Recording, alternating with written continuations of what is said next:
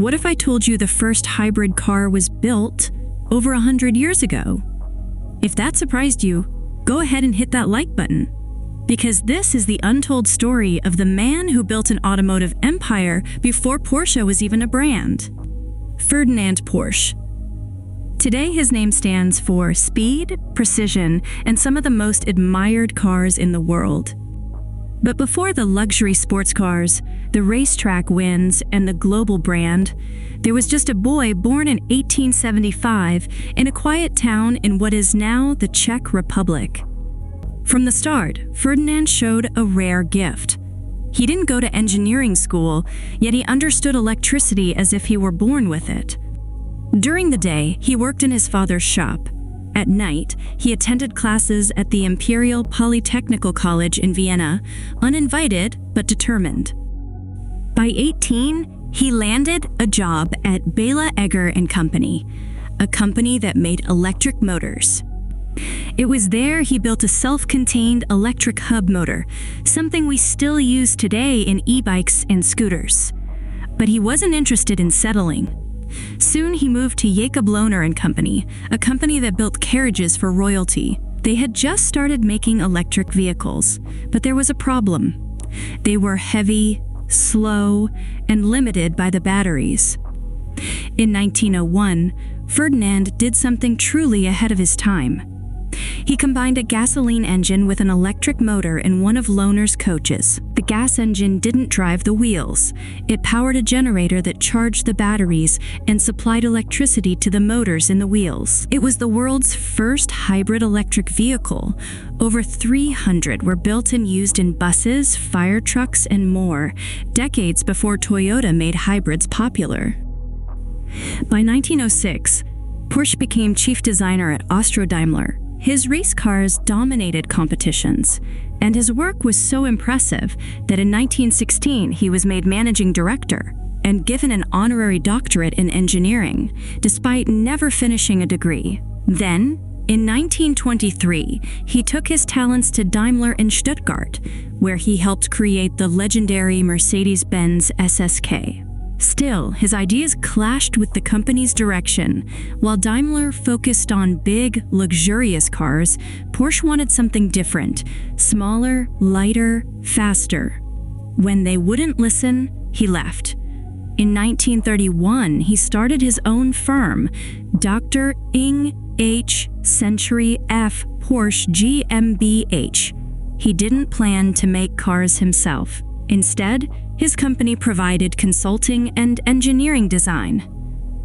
But even then, his vision of a lightweight sports car stayed alive. He worked with other car makers, helped design race cars for Auto Union, and continued pushing boundaries. Then came 1933. Adolf Hitler had a plan to jumpstart Germany's auto industry.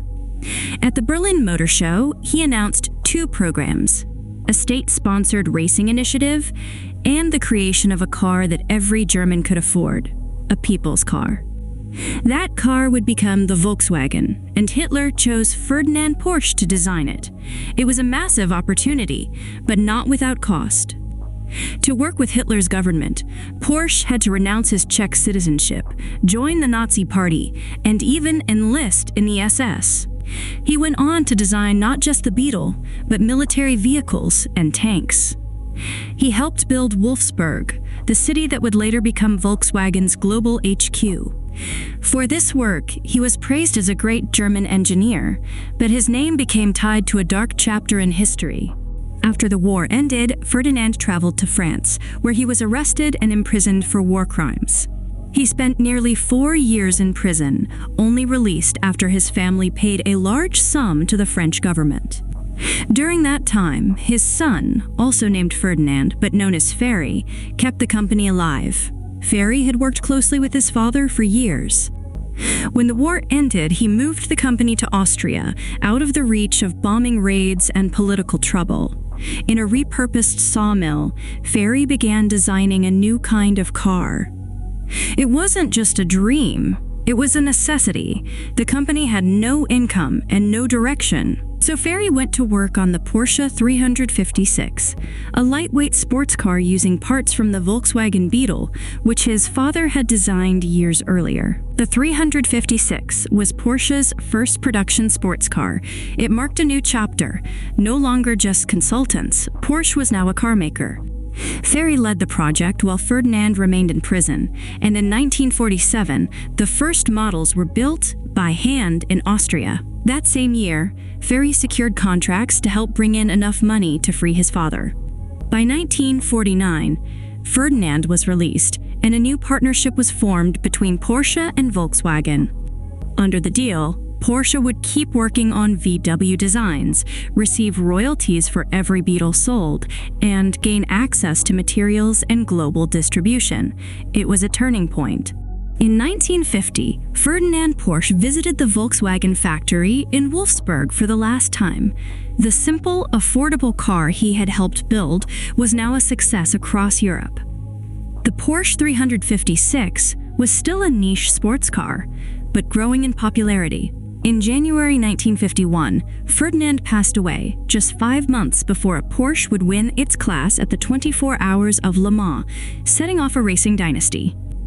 The Beetle would go on to sell over 21 million units, becoming the most successful car in history. The Porsche brand would evolve into a symbol of high-performance engineering. And it all began with one man, one vision, and a refusal to follow the rules. And here's the twist. The same man who helped build the Beetle, a car for the people, also laid the foundation for the Porsche 911, the Cayenne, and the all-electric Taycan. From the first hybrid in 1901 to the cutting-edge EVs of today, Ferdinand Porsche's legacy still drives us forward. But there's more. What if I told you the most iconic Porsche ever made wasn't built by Ferdinand or even Ferry? Stick around for our next video to discover the Porsche that changed everything. Make sure to like this video, subscribe for daily car stories and updates, and hit the bell so you don't miss what's coming next.